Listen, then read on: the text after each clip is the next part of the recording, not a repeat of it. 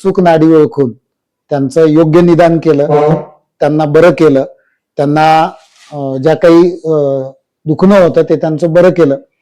आणि हे त्यांनी हॉस्पिटलमधल्या आपल्या खुर्चीवर बसून, ऑपरेशन थिएटरमध्ये बसून हे काम आतापर्यंत केलं. मला वाटतं 20-1 वर्षापेक्षाही अधिक वर्ष झाली असतील मी जसं भोसरीत आलोय तसं. आणि आता डॉक्टरांना संधी आहे त्याच्यातून बाहेर पडायचं.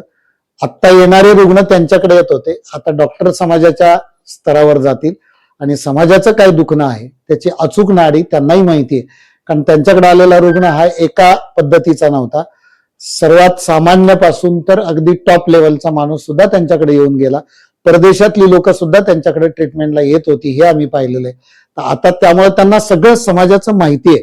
तेव्हा असा ज्याला समाजाची नाडी माहिती आहे असा एक तज्ञ डॉक्टर जेव्हा समाजसेवेमध्ये किंवा राजकीय सेवेमध्ये येतो तेव्हा याहून सुंदर संधी ना समाजाला आहे ना त्यांना आहे.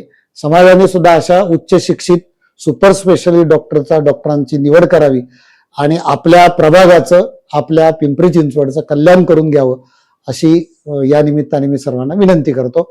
आणि सगळ्यात महत्वाचं सरांच्या बद्दल की छोटा हो या बडा हो दिल का होना जरूरी है, छोटा हो या बड़ा हो दिल का होना जरूरी है, हंसना हो या रोना हो दिल का धड़कना जरूरी है, और रुग्ण सेवा हो या समाज सेवा हो डॉक्टर सुहास कांबळे जैसा प्रतिनिधि होना जरूरी है, जरूरी है, जरूरी है. रामकृष्ण.